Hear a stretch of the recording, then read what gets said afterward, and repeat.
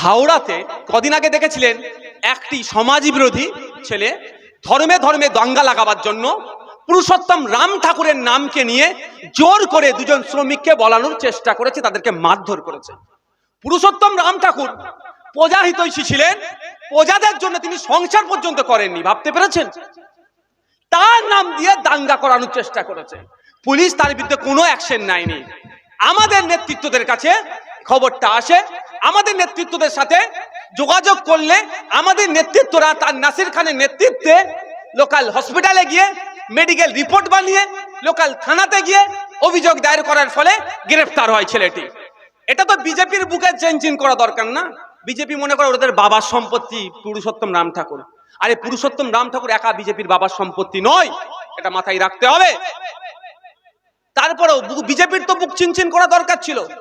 আমরা কি দেখলাম যে আমাদের নাসির খানের নামে ওখানকার লোকাল থানা মিথ্যা, অসত্য, ফেক সুমোটো মামলা করে অ্যারেস্ট করেছে। সে এখন আমার বীর যোদ্ধা পুলিশ কাস্টাডিতে আছে, তাদেরকে আমরা জামিন করিয়ে মালা পরিয়ে ঘরে পাঠাবো। আমরা কার বিরুদ্ধে মামলা করালাম ধরতে গেলে বিজেপির এক ওয়ান টাইপ অফ সাপোর্টারের বিরুদ্ধে।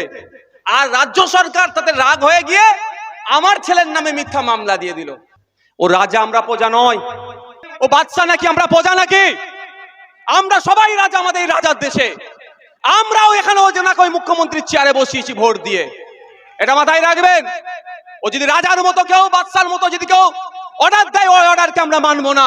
তবে হ্যাঁ, গণতান্ত্রিক প্রক্রিয়ায় শান্তিপূর্ণভাবে আমরা প্রতিবাদ করে যাব, আগামী দিনেও প্রতিবাদ করব। যার ক্ষমতা আছে আমাদের আন্দোলন আটকে রাখা। আমি গতকালকে বলেছিলাম, আজকেও বলছি, গতকালকে মঞ্চ থেকে বলেছিলাম যে আমাদের রাজ্যের 26,000 চাকরি বাতিল হয়েছে। ওই 26,000 চাকরি বাতিলের মধ্যে অনেকজন যোগ্য আছে, দুর্নীতিগ্রস্ত যারা আছে তাদেরকে বাদ দিয়ে যারা মেধার ভিত্তিতে চাকরি পেয়েছে তাদেরকে স্কুলে পাঠাতে হবে। এই বঞ্চনা, এই দুর্নীতির প্রতিবাদে এবং কাশ্মীরের পেহেলগাঁওতে যে সন্ত্রাসবাদী আক্রমণ হয়েছে, সেই সন্ত্রাসীদের প্রতিবাদ, সন্ত্রাসের প্রতিবাদে এবং সাথে সাথে ওয়াকফ সংশোধনী আইনের বিরুদ্ধে এই প্রত্যাহারের দাবি নিয়ে প্রতিবাদ সবাই যাব। পারলে বন্ধ করে দেখাও। আজ যদি বন্ধ করে দিত, আমি কথা দিচ্ছি আপনাদের, যেখানে আমার প্রোগ্রাম থাকবে বন্ধ করে দিল, আমি একবার করে ঘুরে আসবো। স্টেজ করতে দেবে না, আমি বলে ধরে নিলাম, কিন্তু আমি এসে ঘুরে যাব, এটা মাথায় রাখবে। ওরে আমরা রাজা আর প্রজার দেশে বাস করিনি, এটা মাথায় রাখবেন। এই কনসেপ্ট আপনারা ভুলে যাচ্ছেন। আমরা 5 বছর ওনাকে দায়িত্ব দিয়েছি পশ্চিমবাংলা পরিচালনার জন্য। আমরা 5 বছর ওনাকে বলেছি পশ্চিমবাংলার মানুষজন ভালো যাতে থাকে, তার জন্য উনি চেয়েছেন, সুযোগ দিয়েছি আমরা। এর থেকে বেশি কিছু নয়। 5 বছর হয়ে যাবে, চেয়ারে অন্যজনকে বসাবার ক্ষমতা আপনাদের হাতে আছে, এটা মাথায় রাখবেন। এটাই ভুলে যাচ্ছেন আপনারা, এইটা আপনাদের মাথায় রাখতে হবে। এই নিয়ে এরকম নির্দেশনা দিতে পারে না। এটা উনি রিকোয়েস্ট করতে পারতেন যে এই পরিস্থিতি হচ্ছে, ওয়াকফ আইনলে এই হচ্ছে, হ্যান হচ্ছে, ত্যান হচ্ছে, যে কটা দিন এটা বন্ধ রাখো, পরে আমরা আবার করবো, এটা বলতে পারেন। কিন্তু উনি যেভাবে বললেন, এটাকে কোনোভাবেই মেনে নেওয়া যায় না। এই বলার সাহস কিন্তু আপনাদের জন্য পেয়েছে, এটা মাথায় রাখুন, আপনাদের জন্য পেয়েছে। আমি আপনাদের বলবো, শপথ করুন, ওয়াদা করুন। 2026 নির্বাচন এসছে, আইএসএফ কে ভোট দিবার জন্য আমি বলবো না, কিন্তু অন্তত ইভিএম মেশিনে গিয়ে এই জোড়াছি ফুলের চিহ্নতে হাত দেবো না, এটা ওয়াদা করুন আপনারা। পদ্ম ফুলের তো কোনো প্রশ্নই আসছে না ভাই, এখানে ছুরি ঠাকালেও হবে না, হবে? আমার তো হবে না ভাই। এবার আপনারা জানেন না কি করবেন, কিন্তু জোড়া ফুলেও হাত দেব না, জবাব আমরা দেব। তো যারা এখন দিল্লি গিয়ে আন্দোলনের গল্প শোনাচ্ছে, তাদেরকেও 2026 সালে আমরা দিল্লির রাস্তা দেখাবো। তো ভাই কারা দেখাবে? একটা হাত তুলে দেখান তো। ইনকিলাব, ইনকিলাব, ইনকিলাব, Indian Secular Front, Indian Secular Front. কাশ্মীরের পেহেলগাঁওতে যাওয়া বর্বরিত অত্যাচার হয়েছে, তার প্রতিবাদে আমাদের সংগ্রাম চলছে, চলবে। এই সন্ত্রাসীদের বিরুদ্ধে আমাদের ঐক্যবদ্ধ লড়াই চলছে, চলবে। এই সন্ত্রাসীদের বিরুদ্ধে আমাদের ঐক্যবদ্ধ লড়াই চলছে, চলবে। 26,000 চাকরি যাদের জন্য বাতিল হয়েছে, সেই রাজ্য সরকার জবাব দাও, জবাব চাই, জবাব দাও, জবাব চাই, জবাব দাও। ওয়াকফ সংশোধনী আইন অবিলম্বে প্রত্যাহার করতে হবে, ওয়াকফ সংশোধনী আইন অবিলম্বে প্রত্যাহার করতে হবে। আমাদের লড়াইটা চলবে তো ভাই, না ভুলে যাবেন? কারো অসুবিধা হচ্ছে নাকি? আমি একটা বিষয় এখনো বলিনি, ওয়াকাফ নিয়ে, শুনবেন তো? না গরম হচ্ছে বলে একটু চলে যাবেন। যদি বলেন আমি সেটা দেবো, আমার কিন্তু প্রচুর গরম হচ্ছে, আমার কিন্তু অনেক গরম হচ্ছে, তাও বলছি শুনবেন তো ভাই? যারা শুনবেন একটু হাত তুলে দেখান তো, একটু শোনা দরকার যে ওয়াকাফ সংশোধনী আইনটা কেন আমরা প্রত্যাহার করতে বলছি বা কেন আমরা বিরোধিতা করছি, এটা আমাদের শোনা দরকার তো।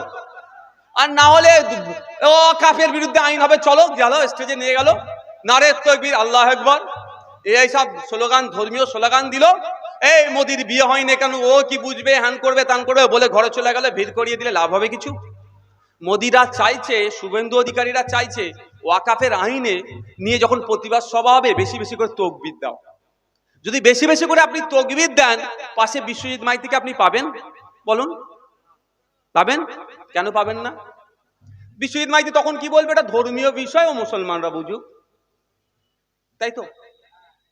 লক্ষ্মীকান্ত হাসদাকে আপনি পাশে পাবেন, প্রসেনজিৎ বোসকে আপনি পাশে পাবেন, কল্লোল মজুমদারকে আপনারা পাশে পাবেন কি? তখন পাবেন না। কেন? ও ধর্মীয় বিষয়, ওরা বুঝে নেবে। অ্যাকচুয়ালি এটা ধর্মীয় বিষয় নয়, আপনাদেরকে হয়তো আপনাদের ইচ্ছাকৃতভাবে বা অনিচ্ছাকৃতভাবে এটাকে ধর্মীয় ইস্যুতে ঢুকিয়ে দেওয়ার চেষ্টা করছে বিজেপি। ধর্মীয় ইস্যুতে ঢুকাতে পারলেই বিজেপি সাকসেস হবে। আমরা কি ওকে সাকসেস হতে দেব? তাহলে আমাদের মাথায় রাখতে হবে এটা সংবিধানের ওপরে আঘাত দিয়েছে। সংবিধানকে রক্ষার আন্দোলনে আমরা কি করব? ঐক্যবদ্ধভাবে সংবিধান প্রেমী মানুষরা ঐক্যবদ্ধ হব। সংবিধানের 14, 15, 25, 26, 29, 300 ক এই ধরনের একাধিক ধারায় আক্রমণ করেছে এই সংশোধনী, ফলে আমরা এর বিরোধিতা করছি। আপনারা প্রথম দিন দেখেছেন সুপ্রিম কোর্টে যখন এটা নিয়ে আলোচনা চলছিল, অনেকে লাইভ দেখেছেন, ম্যাক্সিমাম সময় আর্টিকেল 26 নিয়ে আলোচনা হচ্ছিল। আর্টিকেল 26 কি একটু দেখবেন, গুগলে গেলেও পাওয়া যাবে। আপনার সম্পত্তি আপনি রক্ষণাবেক্ষণ, দেখভাল, হ্যান ত্যান এইসবের উপরে আর্টিকেল 26টা আছে। তো এটা ওরা বিজেপি সংবিধানের উপরে আক্রমণ করেছে, আর আমরা সংবিধানকে রক্ষার জন্য রাস্তায় নেমেছি। আজকে বিজেপির পছন্দ হয়েছে কলকাতার ভালো ভালো কিছু জায়গা, বিজেপির হয় না, বিজেপির যে বন্ধুরা আছে তাদের নজরে পড়েছে। নজরে কি পড়েছে? আদানি না আম্বানি, ওর নামটা ভুলে যাচ্ছি, ওদের যে বাড়িটা হচ্ছে একটা মুসাফির খানা, ওই আপনার অনাথ আশ্রমের জায়গার উপরে বানিয়েছে। তো এই ধরনের ভালো ভালো প্রপার্টিগুলো, বিভিন্ন শহরের যে ভালো ভালো প্রপার্টিগুলো এখন আদানি আম্বানিদের মতো শিল্পপতিদের নজরে পড়েছে। ওরা আবদার করছে যে আমার ওই জায়গাটা চাই, ওই জায়গাটা আমার লাগবে, কলকাতার এই ভ্যালুয়েবল প্রপার্টিটা আমার লাগবে, দিল্লির ওই ভালো জায়গাটা আমার লাগবে, গুজরাটের ওই শহরের ভালো জায়গাটা আমার লাগবে। ওই ঘটনাক্রমে ভালো জায়গাগুলোর মধ্যে থেকে যদি 10টা থাকে, 5টা ওয়াকাফ সম্পত্তি, ফলে নিতে পারছে না। নেবে কিভাবে? তার জন্য একটা আইন পার্লামেন্ট থেকে ওরা পাস করলো, যে আইনটা আপনার 1 নম্বর 14 নম্বর আইন 2025 সালে এটা পাস করলো। এর মধ্যে যে ভুলগুলো আছে তার আমরা বিরোধিতা করছি। সেই ভুলগুলো কি কি একটু জানতে হবে। এবার এর বিরোধিতা যাতে শুধু মুসলমানরা করে, সেই জন্য আমার হিন্দু সমাজের মধ্যে একটা ভুল বার্তা দিয়ে দিল মোদিজি। কিভাবে ভুল বার্তাটা দিল আমরা জানতে হবে।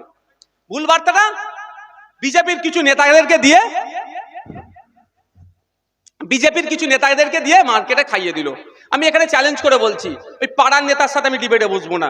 শুভেন্দু অধিকারী, সুকান্ত মজুমদার, দিলীপ ঘোষকে একদিকে বসিয়ে দেবেন, আর আমি অন্যদিকে এই আইনটা নিয়ে বসবো। লাইভ হবে, যদি ওদেরকে ভুল না প্রমাণ করতে পারি আমি বিজেপির পতাকা ধরে নেব। এত বড় চ্যালেঞ্জ দিলাম, এত বড় আমি চ্যালেঞ্জ রাখলাম। একা বসবো, অন্য কাউকে লাগবে না, এই আইনটা নিয়ে বসবো। ঠিক করতে বলুন, বসাতে বলুন। কারণ এই আইনের যে সংশোধনীগুলো এনেছে তার অধিকাংশ এই আইনকে দুর্বল করছে।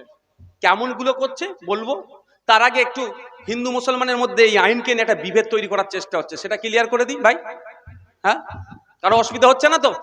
অসুবিধা হলে বলবে, আমি শেষ করে দেবো। বাজে কটা বাজে? আচ্ছা, একটা ফোন দাও তো, এখানে রাখো তো, আগে ক্লিয়ার করে দেওয়া দরকার। কি বলছে আমার হিন্দু ভাইদের কাছে গিয়ে? কি বলছে?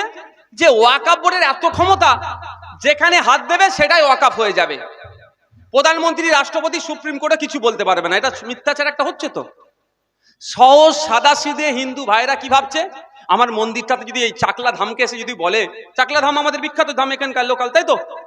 এই বিখ্যাত ধামকে এসে যদি বলে এই ওয়াকাফ বোর্ড ওটা আমাদের ওয়াকাবে, তাহলে চাকলা ধাম আর মন্দিরটা থাকবে না, ওয়াকাফ হয়ে যাবে। স্বাভাবিকভাবে যে হিন্দু প্রোগ্রেসিভ চিন্তা ভাবনা নিয়ে চলে, সেও বলছে না, এটা বন্ধ হওয়া দরকার আছে। মন্দিরের কথাটা একটু দূরে রাখুন। যদি আপনার খামারে এসে বলে এই মাঠে বক্তব্য দিচ্ছি, ওয়াকাফ বোর্ড নাকি বলে যদি এটা ওয়াকাফের, এটা ওয়াকাফের হয়ে যাবে, এরকম হতে পারে?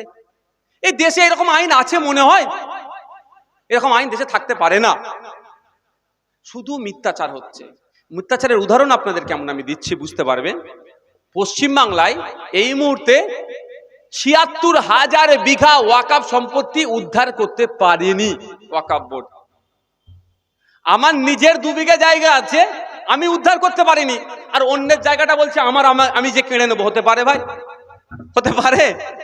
আমার ৭৬,০০০ বিঘা সম্পত্তি আমি উদ্ধার করতে পারিনি, সেই জন্য কোর্টে গিয়ে কাঁদছি, ওয়াকফ ট্রাইব্যুনালকে গিয়ে বলছি মাই লর্ড, আমার ওই জায়গাটা পাচ্ছি না, তুমি অর্ডার করে পুলিশকে বলো আমি যেন জায়গাটা উদ্ধার করে দেয়।